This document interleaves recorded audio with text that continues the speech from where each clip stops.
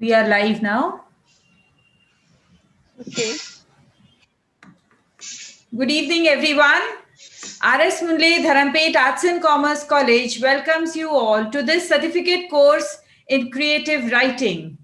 We've really had some interesting courses, sessions, and these are small courses in themselves because, they have not been restricted only for this one day.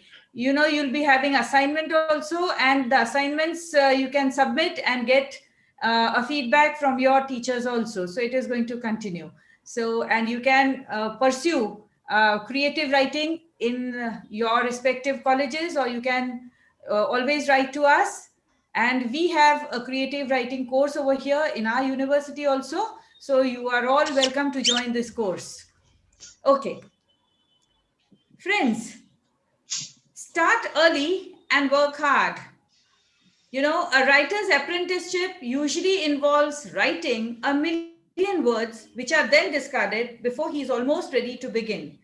And that takes a lot of dedication and patience.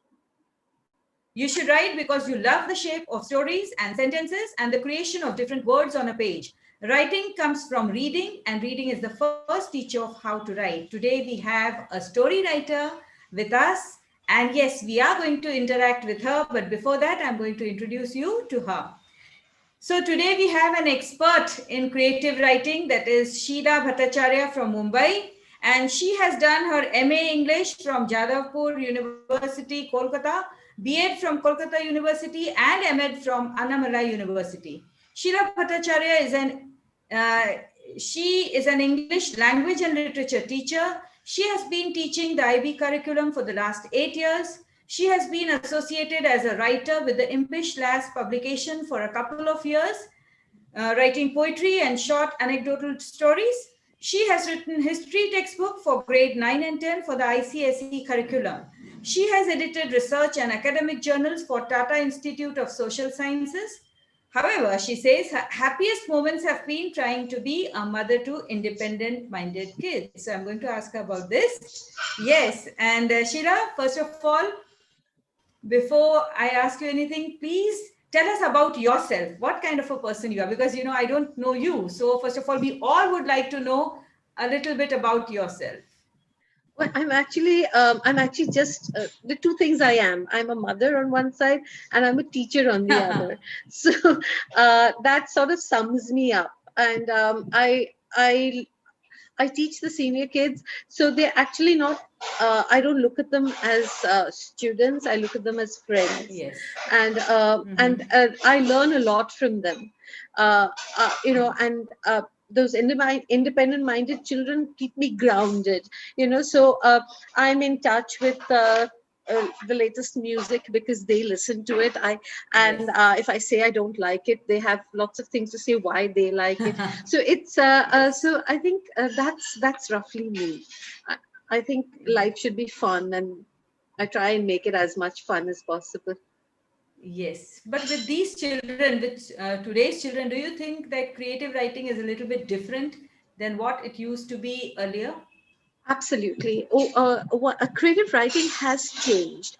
Creativity has changed, and lot of it has to do with the abilities that they have. They're more, uh, they're less well read, in the classic terms that we understand it, but they're more widely read. They Yes. experience many more things than we had experienced when I was a child or something like that. So I think I value the inputs they have, and they're very skilled with tech, so that makes their reach very Yes. different. uh, our Yes. reach used to be very confined to a library and things like that, whereas these kids, these young people go out and they're able to do a lot of more things. Also, their attention spans have become shorter. So I Yes. do see, the short stories that we thought were short, they find them very long. Long. you Yes. know and Yes. that has given rise to microfiction, and it's Yes. given rise to all those other things. That's what I would say. It's a very different world that they live in, and they experience it differently. Yes. But do you think that they are emotionally involved? Because, like they are very practical. Nowadays, they are really very practical. They have their heads on their shoulders. So, do you think they are as emotionally involved as we used to be? They are emotionally very they're very emotional.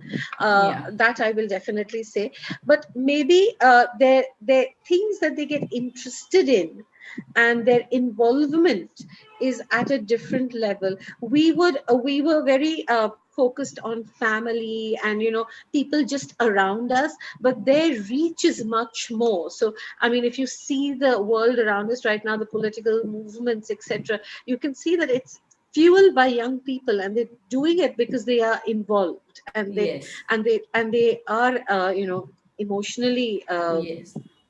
invested. Yeah.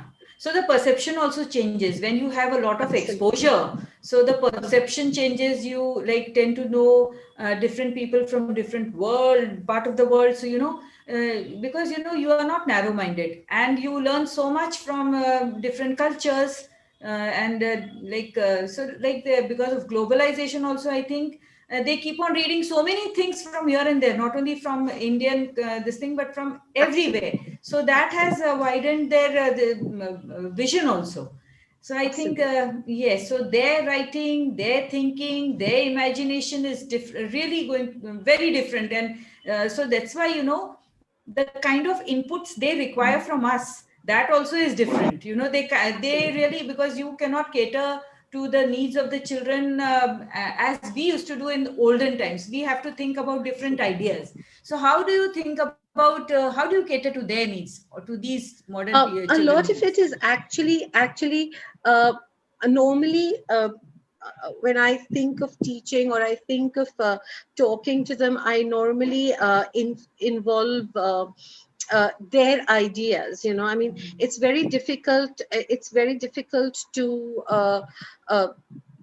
talk to them, or talk to them about, for instance, I do teach them Shakespeare. Okay. He's one of my favorite authors. He is my Uh-huh. favorite author, Yeah. and I can never do a literature course without doing Right. Shakespeare. Right. But the fact is that I found that they respond to Shakespeare if it's given to them in the way they understand Shakespeare. Oh.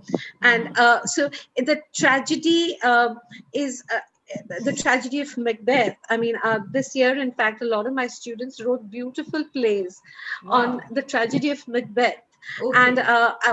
but they transformed it into their own school life, and Mhm. how that tragedy exists within us.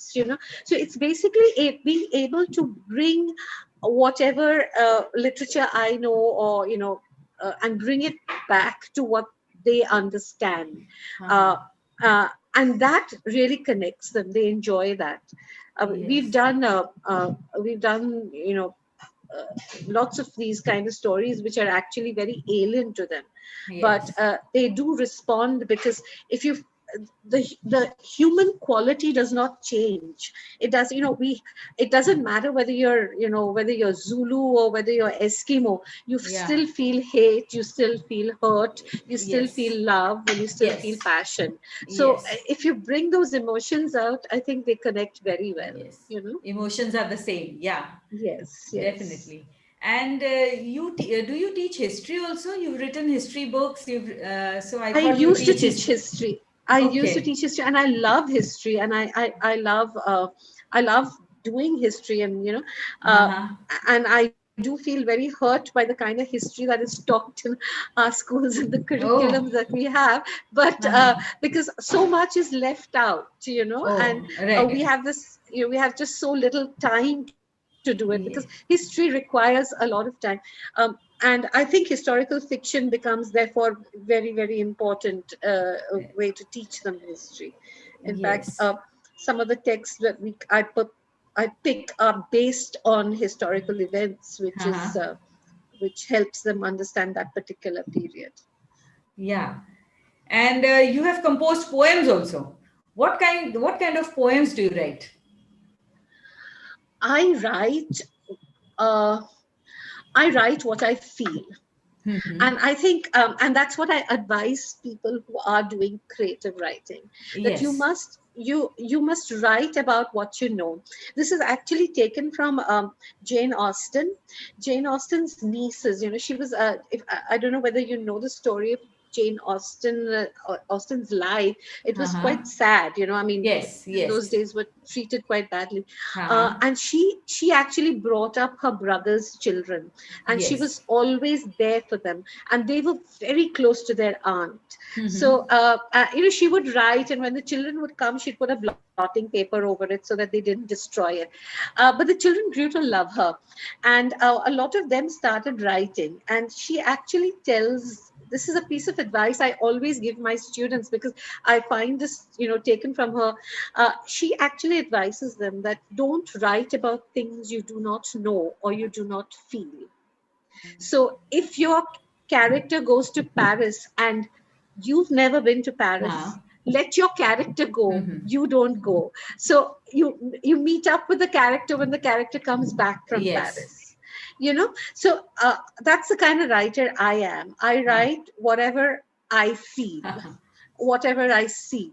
And so my writing is actually very simple, because I think it's meant to communicate my emotions. And I am essentially a very simple person. So so it's done in a language that everyone understands. So that's about it. yes. Yeah. But what kind of a childhood did you have, and what are your pursuits, hobby, leisure pursuits? I had the most beautiful childhood. My childhood Mm-hmm. was in Africa. Oh, So I had a very beautiful childhood with lots of space, lots of greenery. And yeah. the other part of my childhood was in Darjeeling, which was in the Wow. mountains. So Yeah. I've been living in Mumbai for 20 years, and I love Mumbai in its own way. But I still feel like I would like to be in the mountains. So Yes, yes. yes. And my other hobbies, my hobbies, if you want to call them, I like doodling. I do a lot of art. You know, Okay. Oh, haven't been doing a lot of it for a while, but I do like doing that. So oh. that's another thing I like Yeah. doing. So you've been amidst nature. So do you the nature also must be a part of your creative writing? Whenever Yes, you, I normally, my poetry has a lot of nature imagery in it. huh. So I Yes. yes, So I put Africa means yeah, sensitive to animals too, isn't it? yes, They yes, definitely. yes, yes. Definitely. It's Africa is, I think, one of the most beautiful continents that you can ever Yes. have. It's so beautiful. Yeah. It's Okay. And what, according to you, makes a person successful? Like these children are listening. So I just want to I'll ask you to give them a message telling them what do you think makes a person successful? passion. You should Yeah. be passionate about what you do, and Mm-hmm. and pursue it with passion. There must be Mm-hmm. hunger. You know, Yeah. if you there has to be hunger, and there has to be effort. So Yes. that's the only thing. And you should pursue what you are passionate about. There's no point pursuing something you don't really care about. So Right. that's the most important thing: hunger and desire. Yes. So that, and if you work Yes. on it, you get to wherever you're Yes. supposed to be.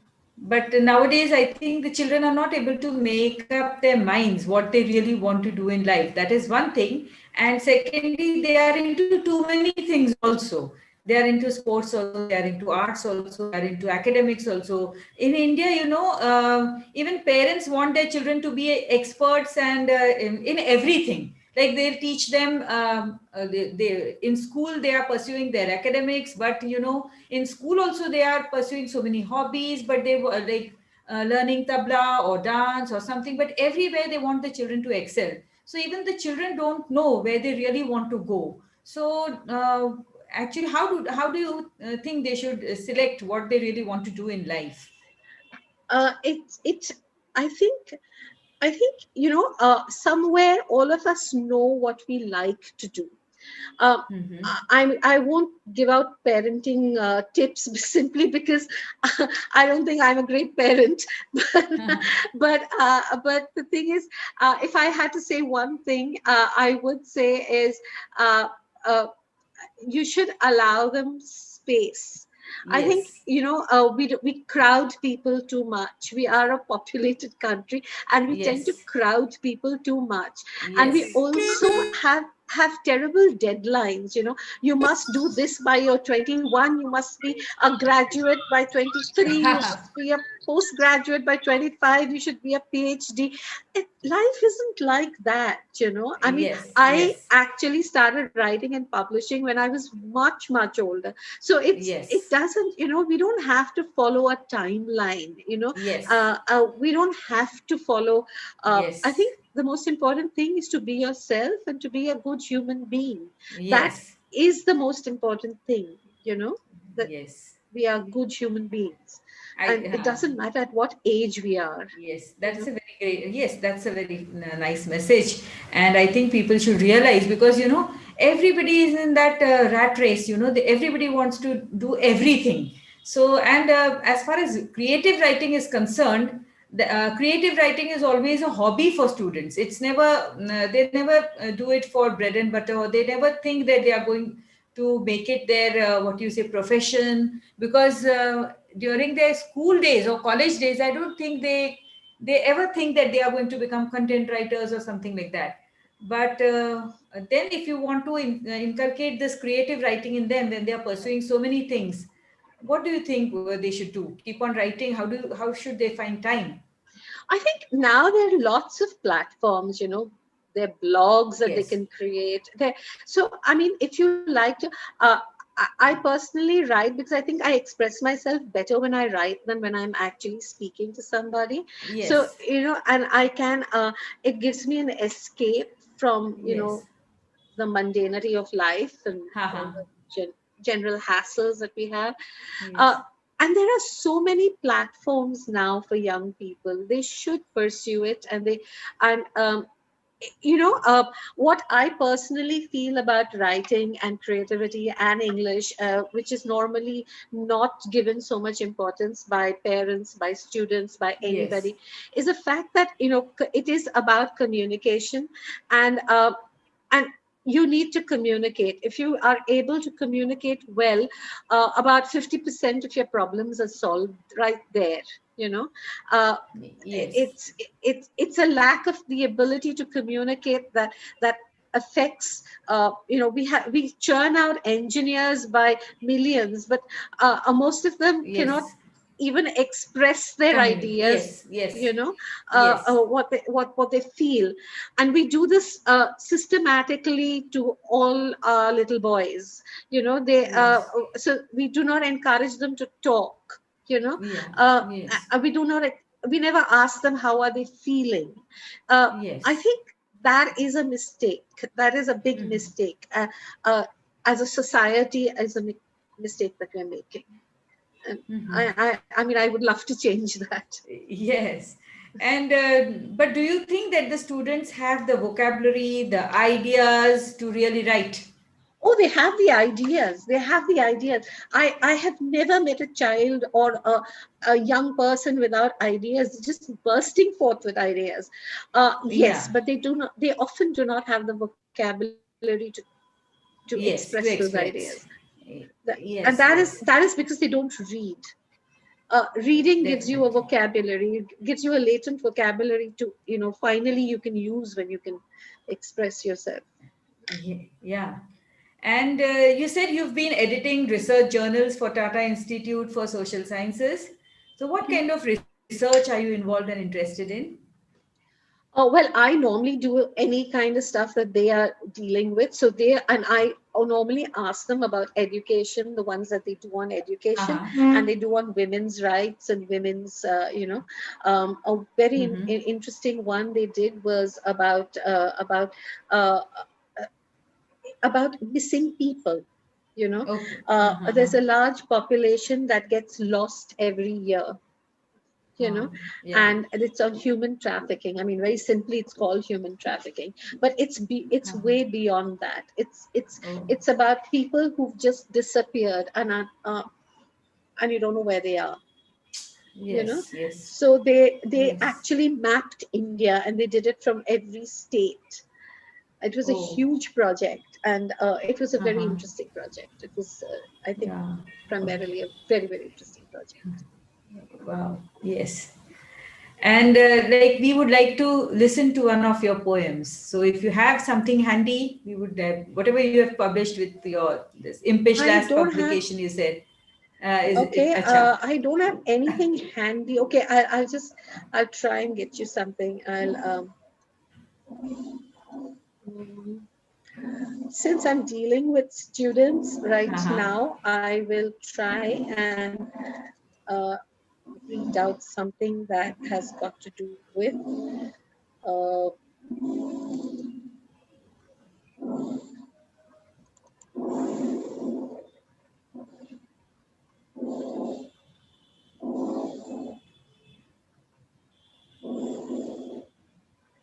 okay, I'll just read out something that has to do with my school days. So think Okay. Yeah, that I would be lovely. think Yes. you will.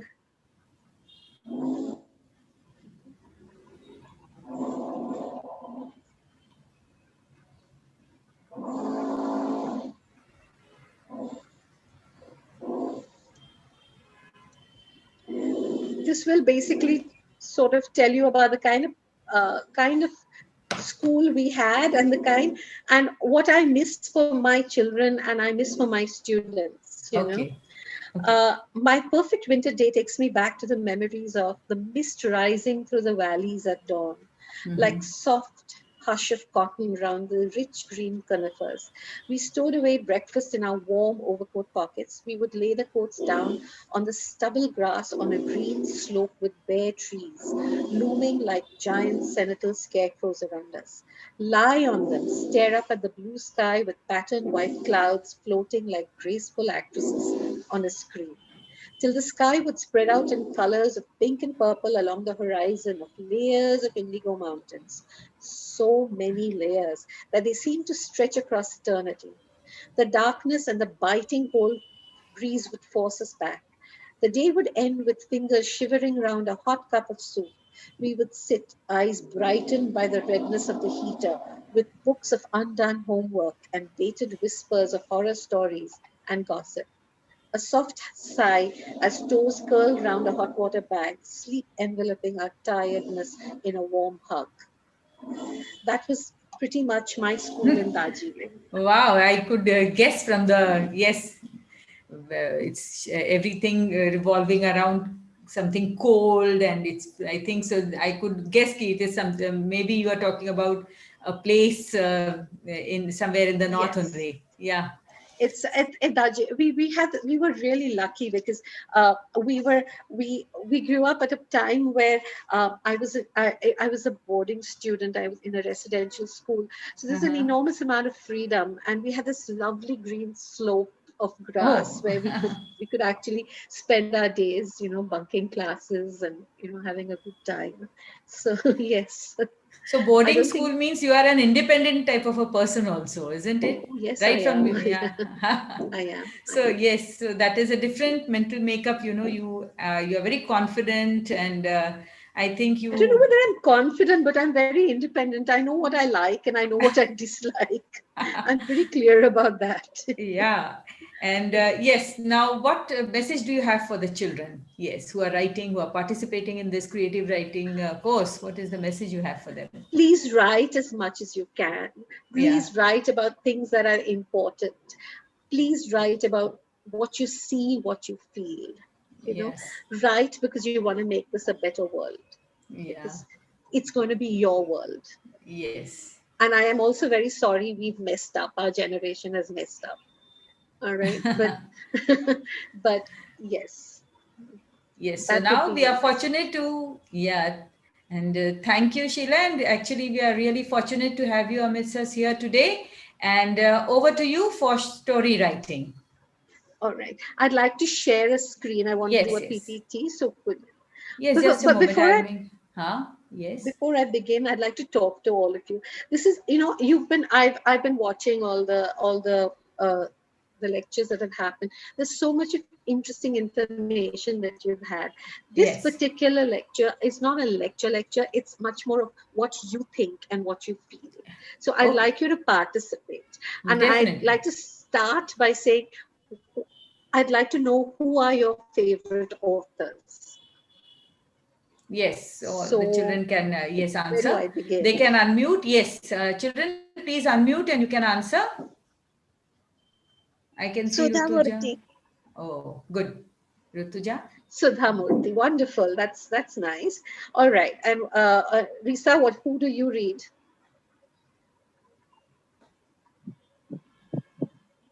I don't think she's there. I'm sorry, could you repeat? I think I lost your.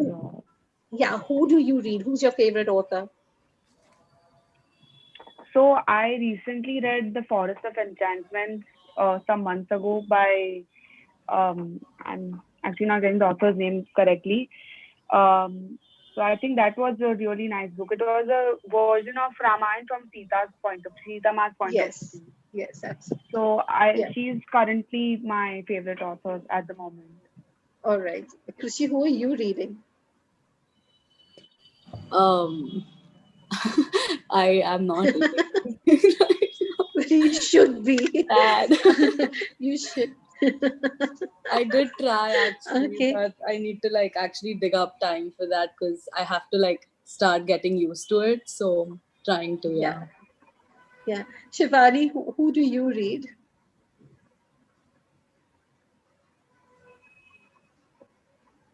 Shivani, who's your favorite author? Ma'am Sarojini Naidu. Wow, you like poetry. All right, that's great. All right. Anjana, are you reading anybody? Not currently, but yes, I generally tend to read the ones who are writing a lot of folklore. So there was this book that was written by, I'm not sure her surname, but I think she's Nandini, who had visited my school for author's visit, and I Oh, found yes, her. yes, yeah. She writes So, beautifully, yes. yeah, so something which is more of connecting the culture. So some folklores. Yeah, that's a tremendous book. That's a very nice book. Vidya, what are you reading? Vidya must be reading a million things. Very sadly, no, not really. I think my attention span has become as limited as that of my students. But Okay. typically, it's like you get into a particular author and their works, and you get obsessed about everything that they have written. About the person. Yeah, and so then there is this entire season of only reading that kind of that person's works, and then you kind of move on. After you've exhausted that, then you move on to the next one. So from J.K. Rowling to Devdutt Patnaik to Yeah, yeah. Arthur Conan Doyle, it's like, Hmm. you go through the whole range.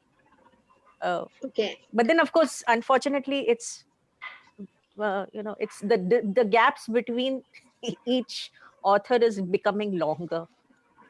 Yeah, I guess so. It does. It is difficult nowadays. I'm So looking at Anima, microfiction nowadays. yeah, actually it really helps. So Anima, what are you reading? Oh, I have been currently reading Hunger Games for teaching my kids, and I'm loving it so much. It's by Suzanne Collins, and I Uh, think I like it's been quite some time that I enjoyed reading a book which I couldn't keep. Like I'm like I finished this book and I'm like, okay, I need to read the part 2 and 3 now. Where do I get it from? wow. It's actually quite a Purely intriguing. compelling book. Yeah, Yes, it is a compelling book. Yes. but And otherwise, you know, the lockdown, I kind of otherwise I've read Jeffrey Archer's lot of series and other things, the mhm. common ones. But I was surprised how I didn't come across Cain and Abel, and I mean it's so different from what he writes And usually. it's the first book. Exactly, It's the Yes. first book. It's the first book, and I that's mean, why that's it's what so hooked. fascinating. Yeah, and that's it's what hooked so us onto him. That's the hook. yeah, That's the Yeah. hook. that's After that, it's not been so exciting. Yes. All exactly. right. I think I did it the other way around. I don't know why. maybe I got introduced to a different Jeffrey Archer altogether. I And think there was Daniel Steele also when I was in college. So yes, this is yes, very he was long quite a ago. hype. Yeah. Yeah, he was quite a hype too. Yeah. So I But loved it. anyway, so Can't get over it. I will be talking about Jeffrey Archer because I think he's a marvelous storyteller. Anyway, let's start and let's see what we're looking at, and I'm just sharing screen over here. Oh, this is going to be, I mean, I'd like your participation as much as possible because it makes a lot, it's just so important that you. All right. So I've called this Once Upon a Time because I think that's the ultimate hook to reading. Once Upon a Time just takes you to a different world and to a different desire and passion. So that's why it's called Once Upon a Time. Okay. And how does a story develop? We're going to look at things very, very simply. These are the resources I've used. I've put it right at the beginning because when you put it at the end, nobody actually looks at it, and it's really sad because it's important that we know who they. I've also used Vidya. I've used Google Images and Shutterstock, so don't judge me. Okay. You didn't use Okay. Unsplash. I have told you about Unsplash. They got better images. All right. Let's begin with something very simple. All right. What do you mean by fiction? Or what do you mean by fiction? I put this picture there. What do you think this picture is about? What does this picture mean to you?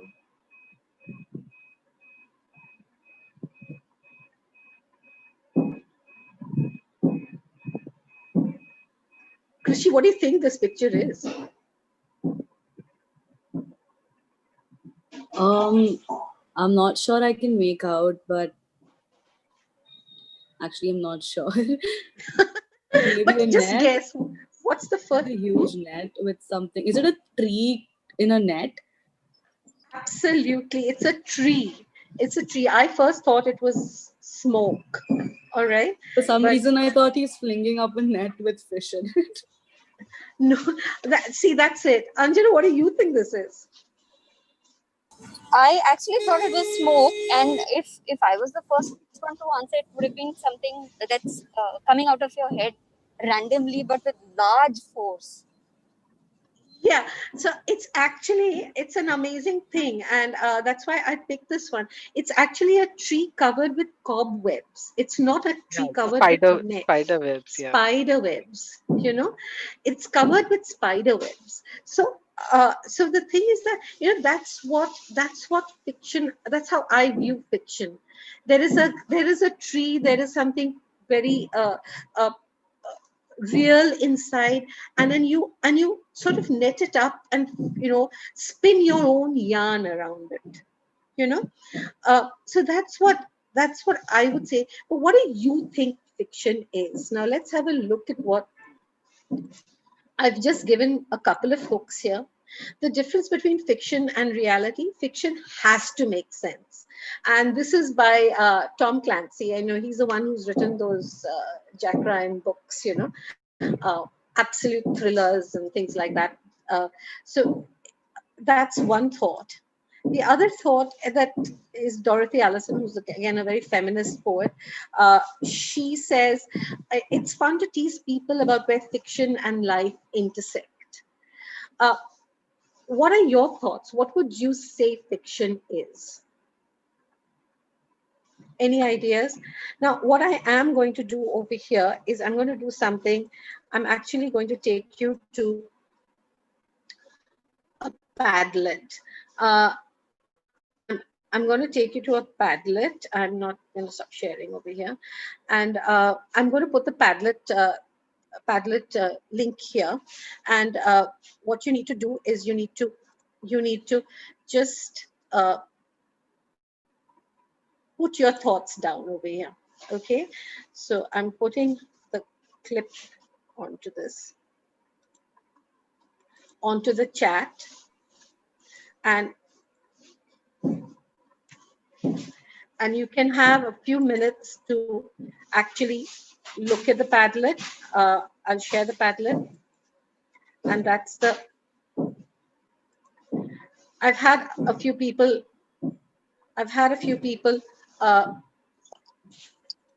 Look at it, write a few things. So I put them down. They put their thoughts down. What is fiction? It's simple words for me. Fiction is an imaginary reality, or a reality that is covered with a layer of. I think she ran out of words. In my view, fiction is a way of to escape the chains of reality. So that's not a very. Uh, I don't know. I don't think fiction is actually an escape. It's fiction is. It is in a sense, I guess, but there are fiction is an alternative. All you need to do is click this, write what you feel like. All right. And please put it down over here.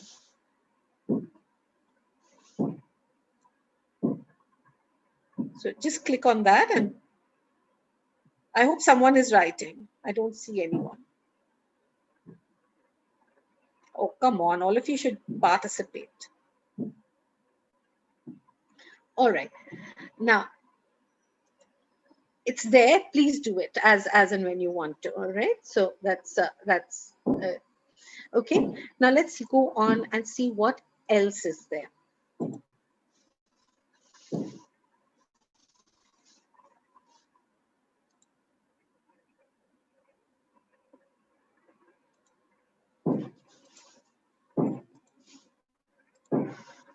All right. So these are things that make fiction. Now let's move on. What makes a good story? What are the elements of a story? When you're told write a story, we constantly tell people write a story. What are the things that you think of? So Anima, what do we tell the kids to talk about when they write a story?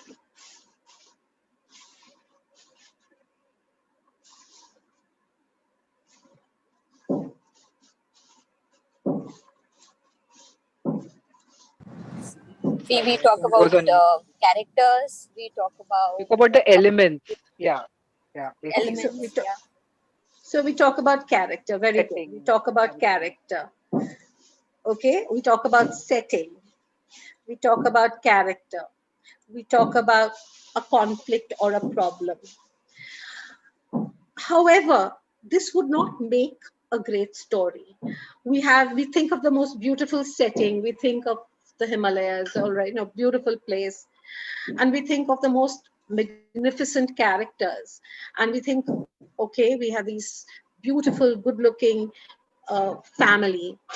And they have a problem. And we think of a big problem, and they're fighting one another. But that doesn't genuinely make a good story. What is the extras that we need? What do you think the extras would be? These elements have to be first woven together. How will you do this weaving? That makes the story perfect. It's how you weave these different elements to make sense, to make it beautiful. So first of all, you need to have something that hooks the reader. So just like one of you said that you were hooked onto the books that you're reading right now, when it was Harry Potter, everybody was reading Harry Potter because you were hooked into this new magnificent world that was created. On YouTube, Sheila Iyer is writing Imaginary Power. So there are people who are responding on YouTube also. Yeah. All right. Okay. So you sort of these are these little hooks that go out, and they actually catch your attention.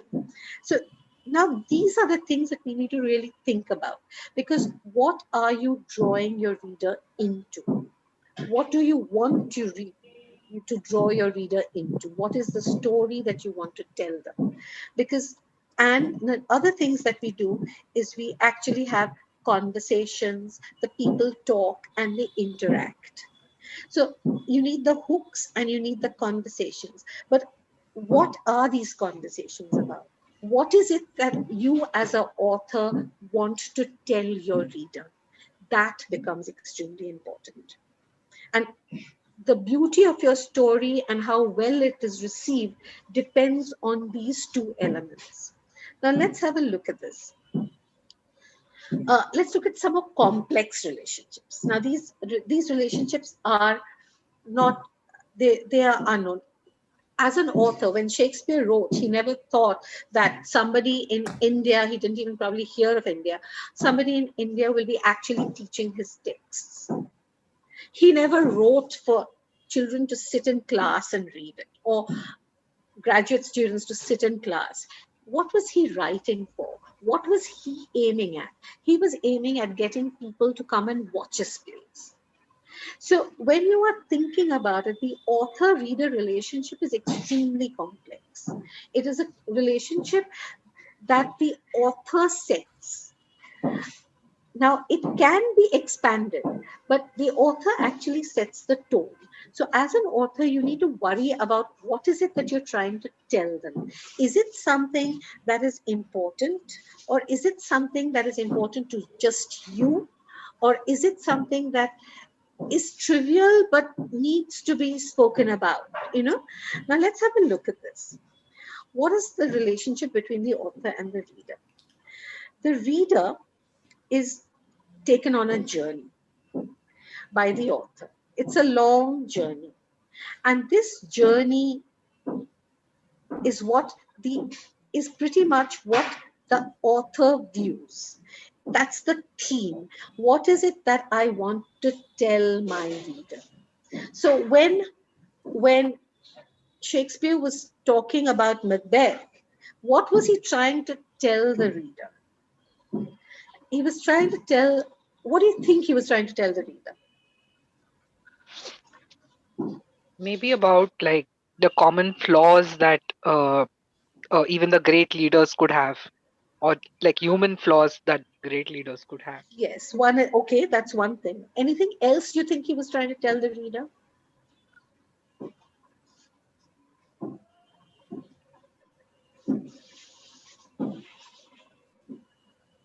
What about Julius Caesar? What was he trying to tell us through Julius Caesar?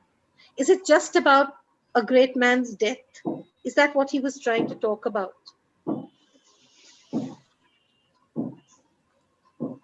Is it that despite the whole hunger for power, there is still that underlying human connection that he sought and did not get in the end?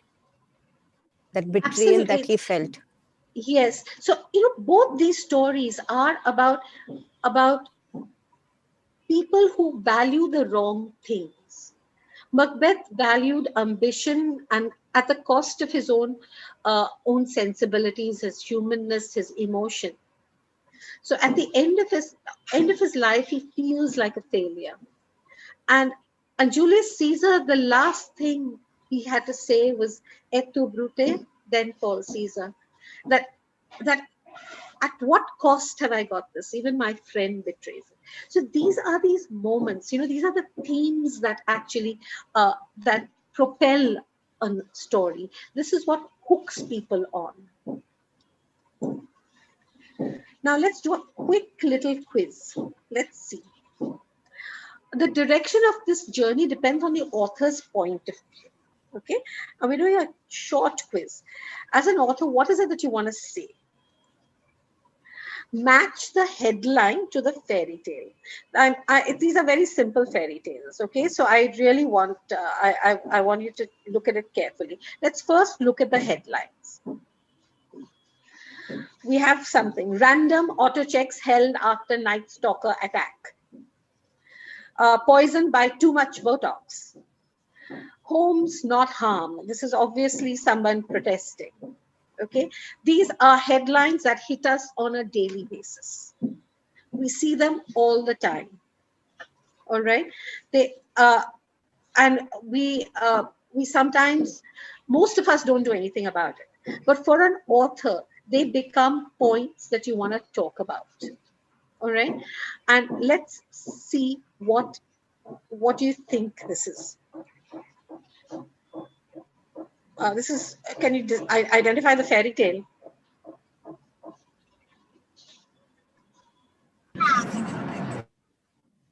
The three pigs.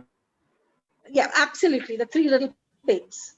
All right. So which of these headlines do you think this this fairy tale is attached to?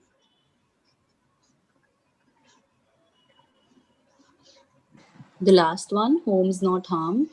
Absolutely, because it is about, if you look at the Three Little Pigs and you want to give it an interpretation, it is about a real estate mafia trying to chase three little helpless pigs from one place to the other. It's only when you get to a really nice strong house that you can sort of save yourself. Okay, so very good, that's it. All right, then you have Little Red Riding Hood. Which of these headlines are linked to that? The first one. First one. Absolutely. Random auto checks, because she is being stalked. In fact, one of in the many years that I've taught, one of the most interesting stage productions that the kids had done once was about Red Riding Hood being stalked and how Superman came and helped Red Riding Hood. Okay, I mean, that was a different part of the story, but anyway, that it was that. So, do you see that all our stories, the reader is trying to talk about something? The author is trying to talk about something. Okay, the next one.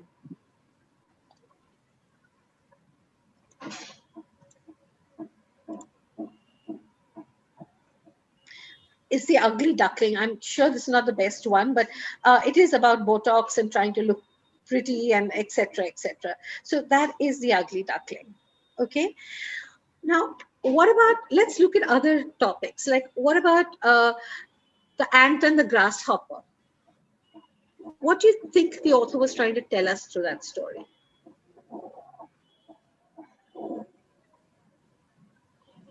Hard work pays off.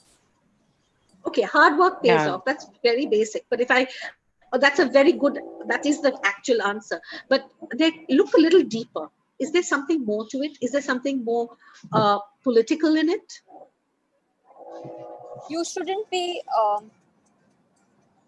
You shouldn't get intimidated by people, and possibly people should not take advantage of who you are just because you're too not vulnerable, but very good.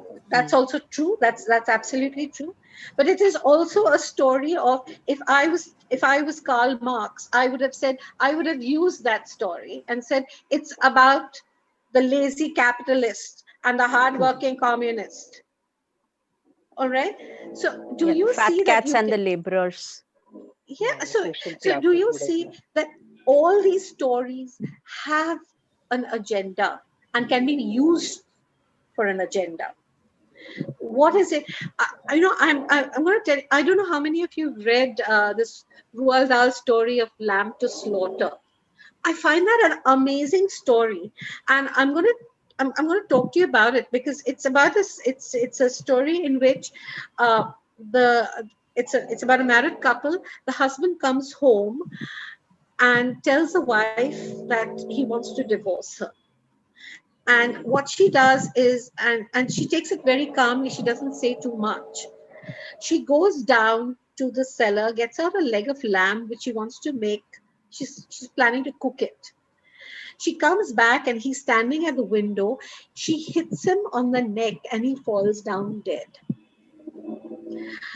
And then the rest of the story is, she goes and she gets something, green peas, and she calls the police. And he is a policeman. The husband is actually a policeman.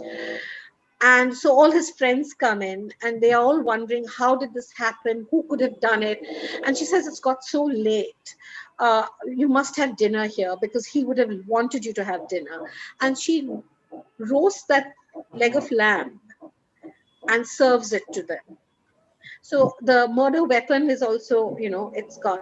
So on one level, it is a story of it's a murder mystery that is not solved. But there are so many elements to that story.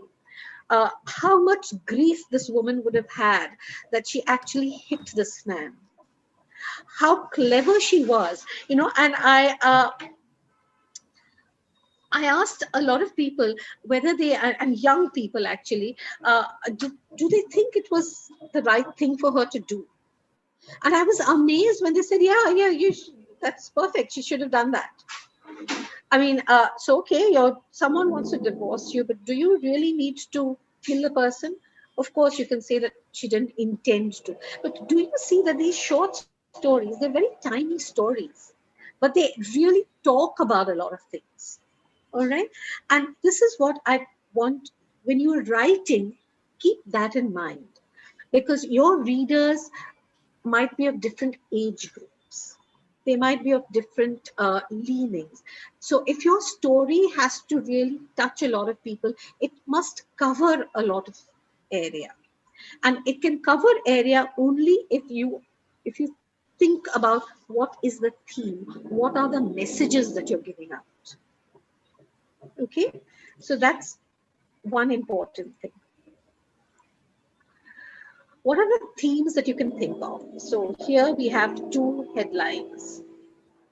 One is Hindustan Times and the other is the Sunday Times. What are the themes that you can think of from these? India Shoots for the Moon. I think it could be a source for a romance novel, where the the woman who's in the spacecraft is writing these love letters to her boyfriend Hello. or husband, and she's seeing a Hello. different world and a हाँ little different universe. हाँ बोलिए. So can you think of something else? Can anyone else think of something else? Actually, if you go to the Padlet, there is another. Covid की test ये ध्रुव hospital से. हाँ. If you go to the क्यों क्या Padlet, हुआ? Yeah. you can actually see that again. You have a lot of अच्छा these अच्छा. ideas that have come in. Someone has said Okay. vengeance, revenge. These are all, kids who've actually done this. Enemies to lovers, slow burn romance, uh, discrimination. That's no Sikh threatened fight was between two Muslim groups. Someone else has said hypocrisy. All right.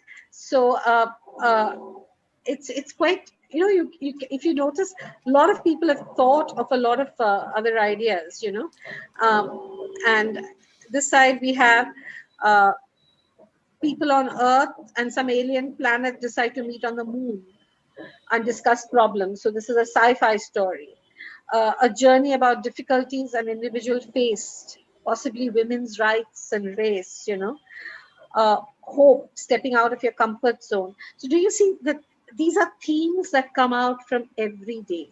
So when you are planning your story, a very important thing about it is to look around you. And like I said, I write about things that I feel, because that makes your writing true. It becomes something that you feel, and because you feel it, it rings true, and because it rings true, it actually touches the reader.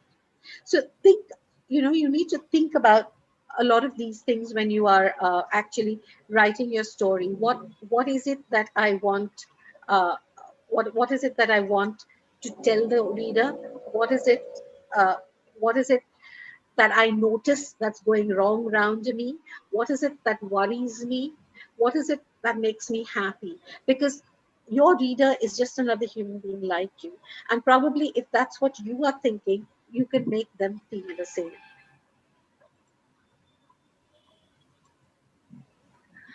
Now it comes to how long should a story be? And here I really would like a lot of you to participate, because this is something that you really need. How long should a story? How long? I'm going to start with the shortest story and the most well-known short story, and it's only 6 words. For sale, baby shoes never worn. This was written by Hemingway.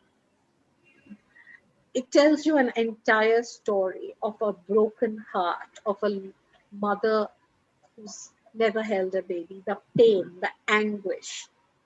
And it's just 6 words.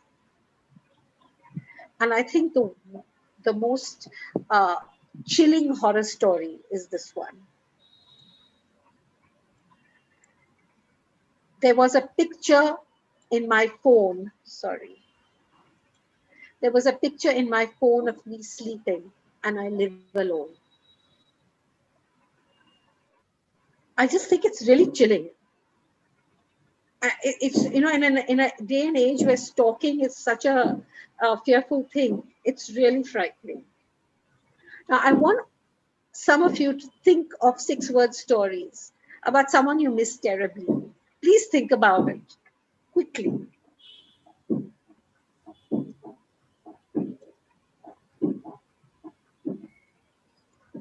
Any ideas? Any 6-word stories? Put it on the chat if you must. Yes, that's another one. Yes, I believe so. That's another very famous. I don't know who's written it. Small Coffins, but that is really that's again a very sad story. Yes. Any more? Any other ones? Can anyone write one quickly? Come on, Krishi. Come on, Thinking. Risa. Come on. Where are you?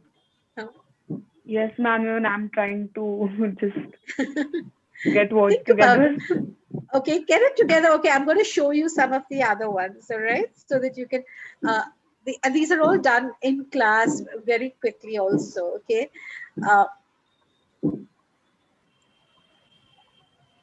Someone missing, and then he was gone forever. It tells you about an entire relationship that's you know, not happened, all right? It was then the eyes conveyed something different. But the story I really liked, which is not related to any of this, was this one. Hey man, prepared for biology exam? It's math today. I think that kind of tells you Yeah. so many things, you know. It just tells you so much, you know. Uh, and you can, you know, uh, and I love this one.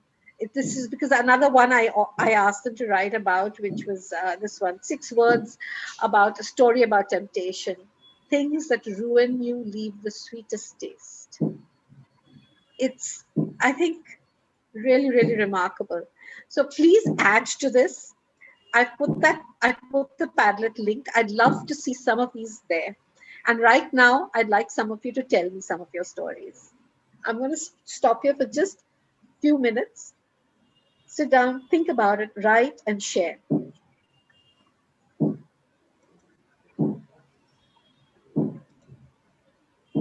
Beautiful ones here. Experience leads the way of life. That's a lovely one. Death, my friend, let's run away. Wow, that's really great. Eternally young, she escaped wrinkles, failing eyes. I swear, that's also, these are really touching ones. I warned you about loving me. That's a really, I like that one. I really like that one. I was staring at the screen, dreaming of I think that's something that's happening to all of you, and it's all happening to me as well. Mirror peeps looking for lost us. Yes, that's Swarnima, that's wonderful. Yeah, so I've got that. Beautiful. So do you see, it doesn't take much. Wonderful.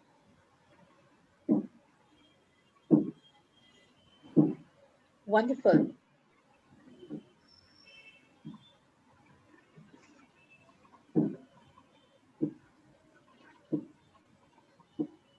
That's lovely. These are all really beautiful stories. No matter what happens, let's see, that's so good.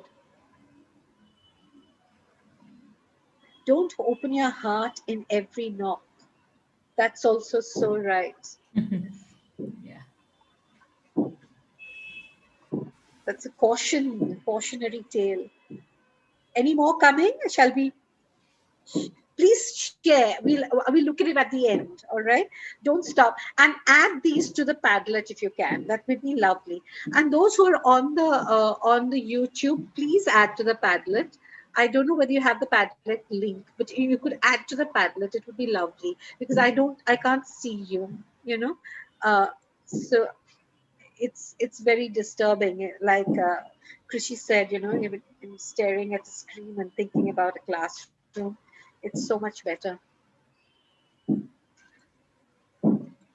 Okay, so There are a few. Meena Mishra has written, I wanted to leave but stopped. Then wow, Sheila. that's wonderful. Yes, but Sheila Iyer has written, souls live together until death. Beautiful. It's beautiful. So these are wonderful stories, and please write as many as you can, okay? And do put them down so that we can have a look at them.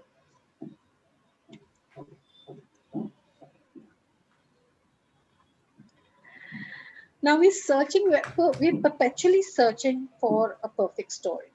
What does a perfect story have? A perfect story, like I said, is a journey. Whose journey is it?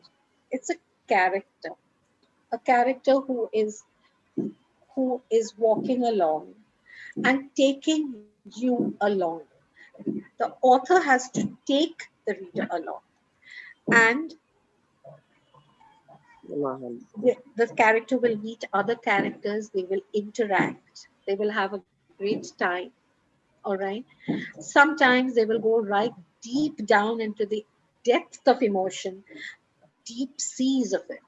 Sometimes there will be mountains of wonderful experience, the heights of, success. Sometimes you're just alone and, reflective. These are traditional stories that we have heard. Sometimes you're having a party with your friends. And finally, in a novel, you go through this whole journey and you finally go home with your character. So the author actually takes you on this huge, long journey. Today, it's a little different because these were stories that you have uh, you have they were episodic stories. That's how the novel actually began. They were episodic stories and they were put together. So one episode here, but today it's a different thing. A story is far more compact. It has to make a lot of sense and very quickly. All right. So I'm now going to take you to a story that I'm going to show you. It's going to be on. It's going to be on a YouTube channel. All right. Uh, and I'm going to show you that screen. Where has that gone? Okay. All right. And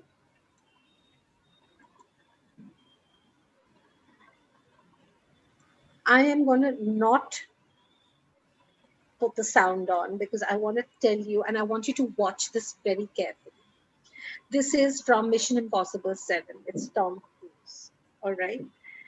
And I want you to watch it carefully. Can you see it? This is what a story should be. It should be thrilling. It should take you to the edge and it should leave you. And as you fall, and the different directions, as you fall, you think, and the parachute opens, and you linger, and you wonder, what was the author saying? Does it really mean much? Am I touched by it? Will it change the world? Are these the things that I need to do?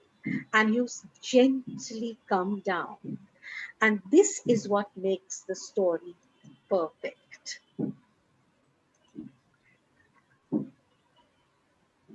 This is what makes a story perfect. It has to carry the reader with them. And at the end, let the reader go so the reader can think. what have I got? What have I got out of this? Is this a thought? What shall I do? How am I touched? These are the questions the reader should be, dealing with at the end of the story. So that is pretty much what I had to say. And let me just, so we've okay, so this is where the last slide was. This is, I'm sorry, I'm just, tech is not exactly my high point.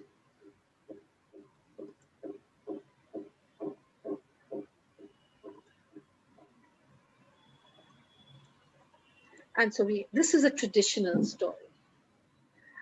These are the novels, which nowadays people find very difficult to deal with. But Tom Cruise is where we are. In conclusion, this evening we explored the nature and the importance of fiction. We spoke about the different elements in the story and themes and where they come from, the themes and the author. We've also spoken about how long a story should be. We have discussed authors, but I would like to end, and thank you for being here. I'd like to end this with a chat about some of the stories. I've mentioned Lamb for Slaughter. There are many other stories that are very fascinating. Some of my favorite authors are my favorite is Saki. I really like him, also known as H.H. Munro, because he writes this acerbic, very funny, and one of the ones, I don't know whether you've actually read any of, has anybody read Saki or H.H. Munro? I have Yes, in tried school. Saki. You've tried Yeah, in Saki. school. And Vidya, have you? Yes, I have. Yeah. Not a lot of his work, but yes, I think 3 or 4 stories. Yeah. Oh, my favorite is The Open Window. The Open And Window, yeah. yeah, That, it's a hilarious story where there's this one girl and this very nervous man who's come to the village to, and his sister has given him letters of invitation, introduction, and he wants to meet the lady of the house, but instead meets the daughter. And the daughter says, my mother is in mourning, and we are in this state uh, because her husband has given her letters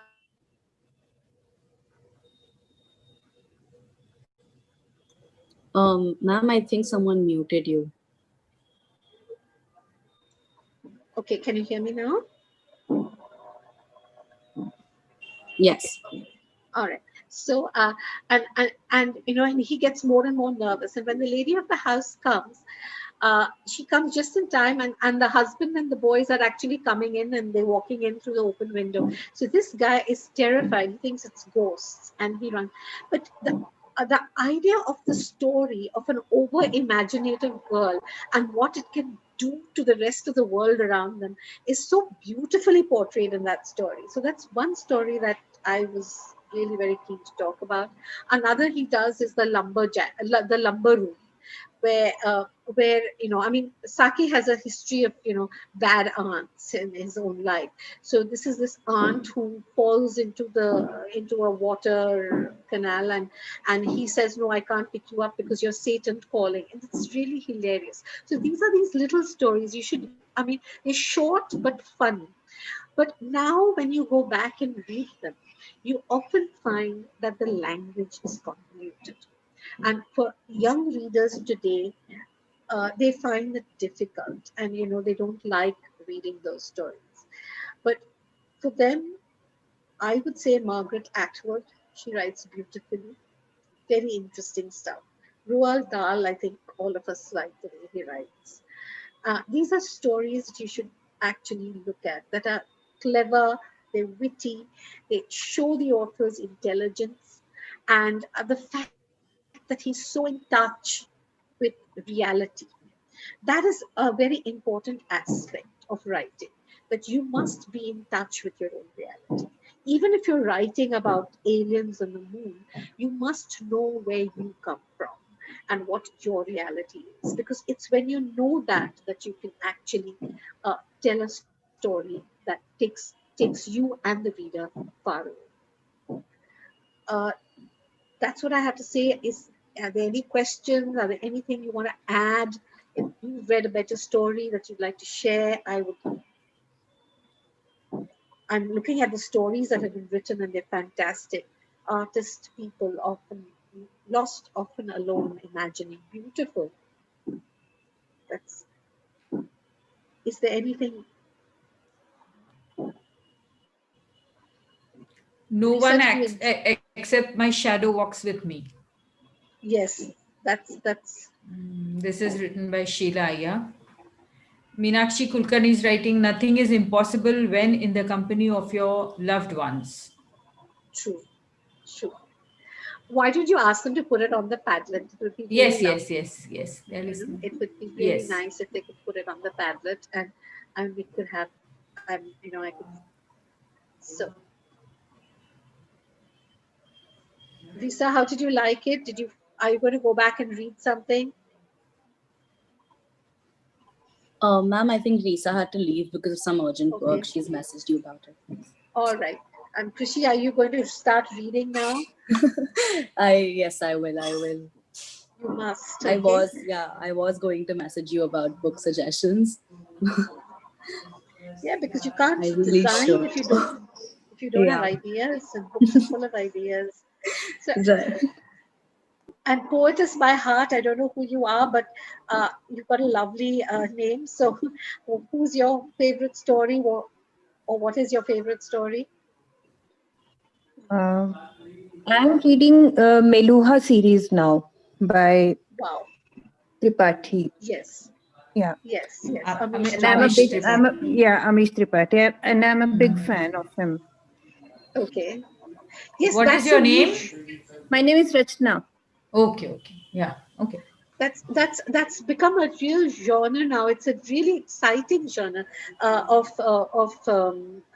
our myths being reinvented, and I find I'm very, very fond of it.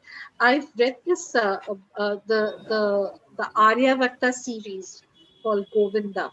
The first one is Govinda. That's beautiful. That's by Krishna Iyer, I think. I might be making a mistake with the name, but she's written 3 of them, and they're fantastic. Anything else anyone wants to share? Dheeraj, what are you reading?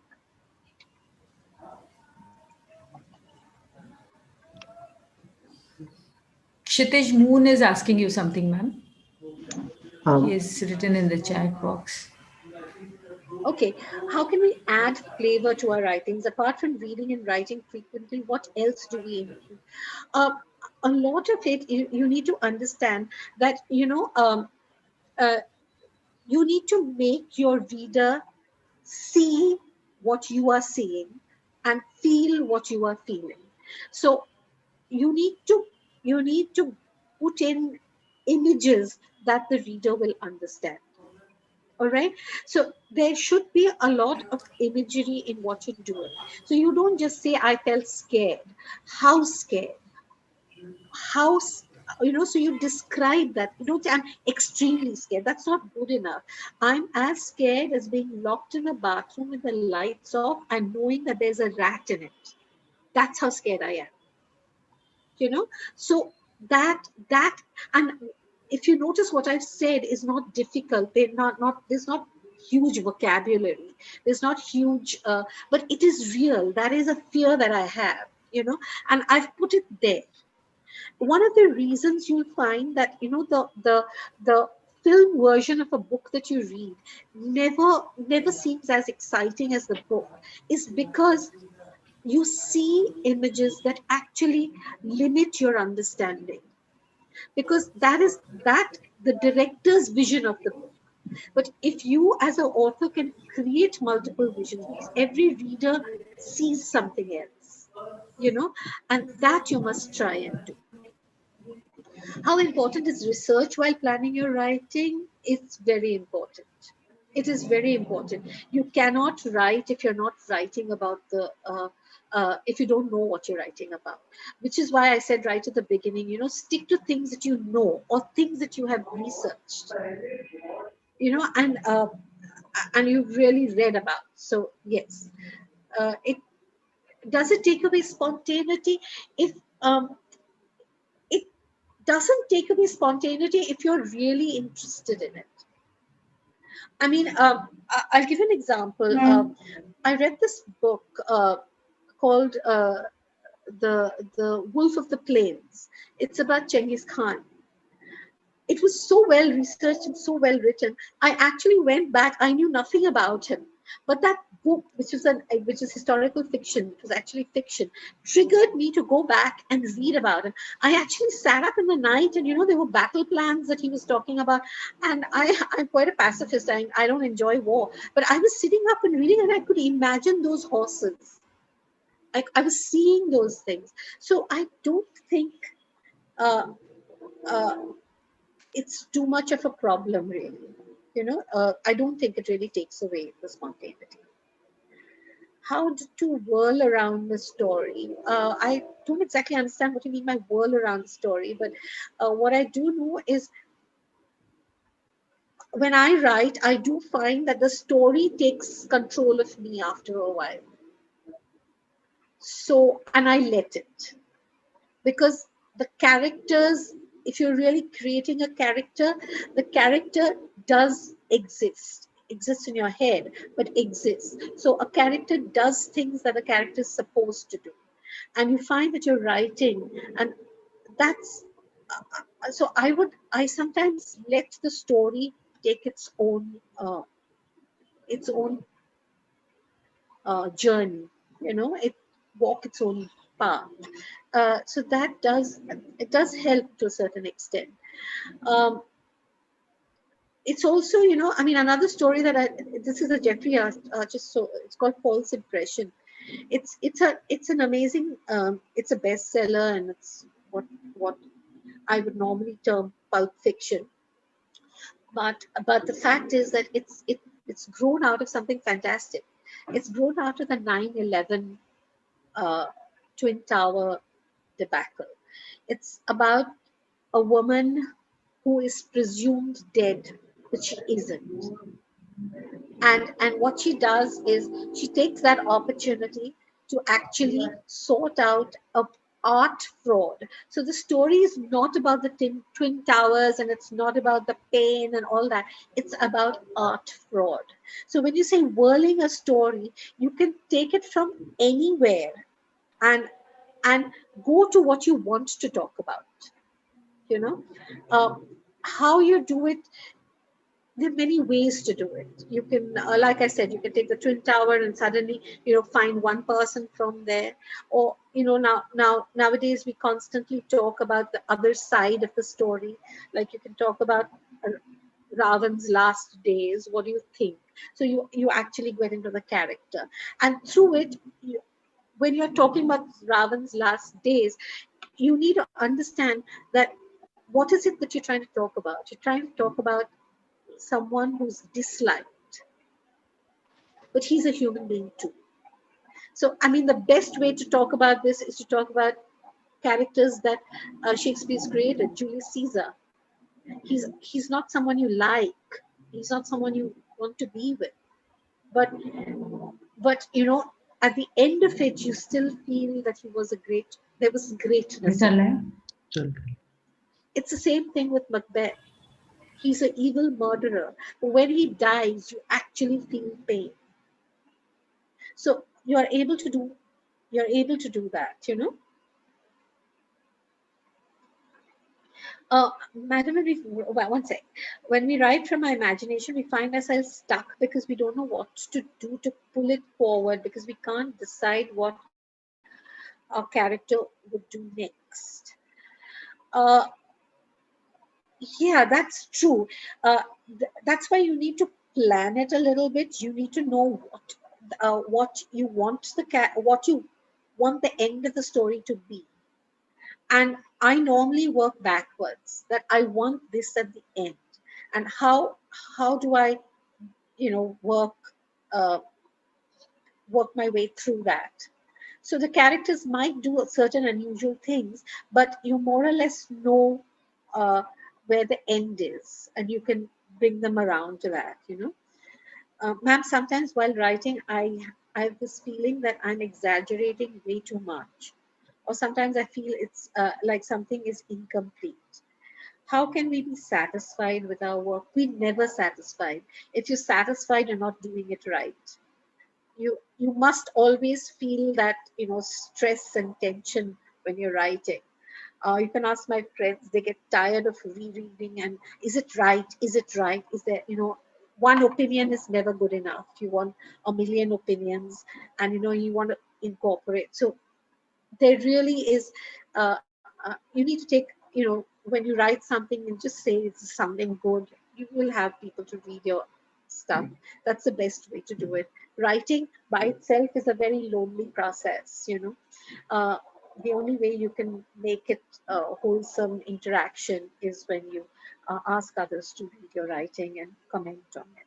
And you need to be a little open minded about comments, because comments may not be exactly what you're expecting, and that's okay. That's fine. All right. Anything else? I hope I've been able to answer all your questions.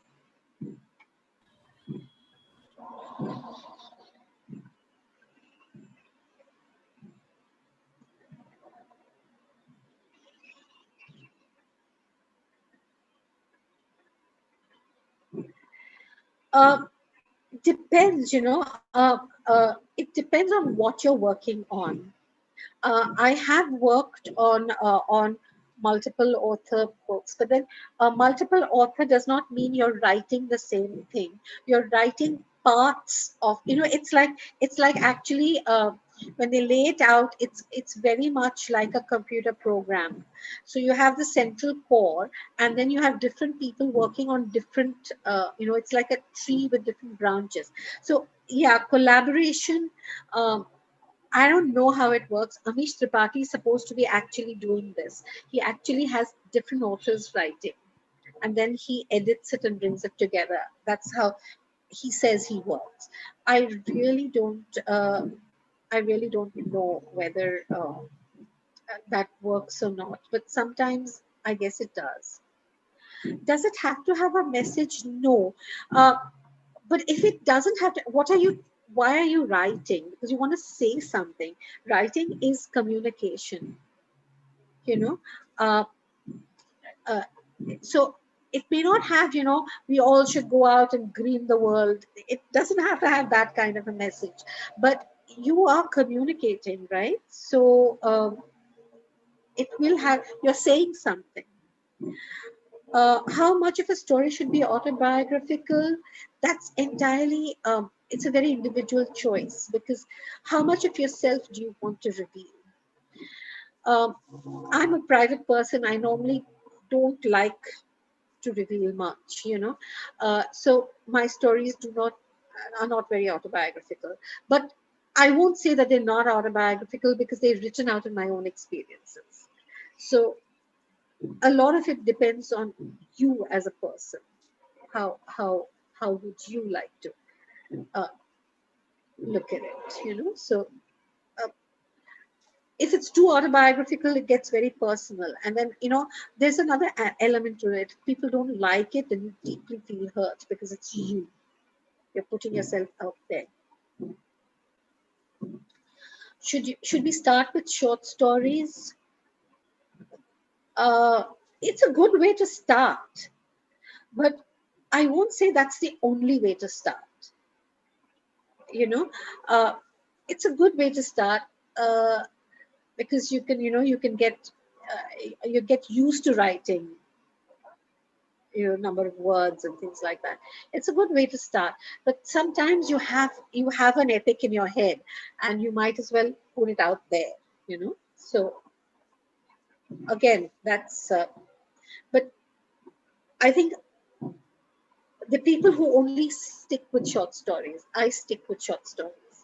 I wouldn't want to write a big novel, you know. So that's the other thing.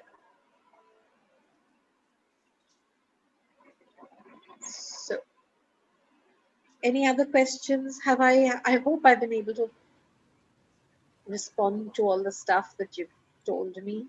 Yeah. on the YouTube also they are writing, sometimes saying verbally is difficult, so writing makes sense. Absolutely. Sheila here That's is for me. writing. Yeah. That's absolutely me. I find that I can actually put a lot of my thoughts, ideas, and emotions out there when I write, which I find impossible to, actually say to someone. Yes. So I think it comes to an end. I hope you Yeah, enjoyed yeah. it. Yes. I hope all of you Yes. enjoyed it. And I hope all of you are taking something back and you're going to write. And I'm really looking forward to the 6-word stories. Yeah. Thank you, Sheila. It was actually very engrossing session, and we really everybody was working. I think everybody was thinking, everybody was writing, and we were in that in our own world of short stories and whatever we had planned, and like everybody, everything was coming up, and people were asking questions. That means they were really thinking about writing, and if whatever problems maybe they might be facing, they asked you, and it was a very interesting interaction.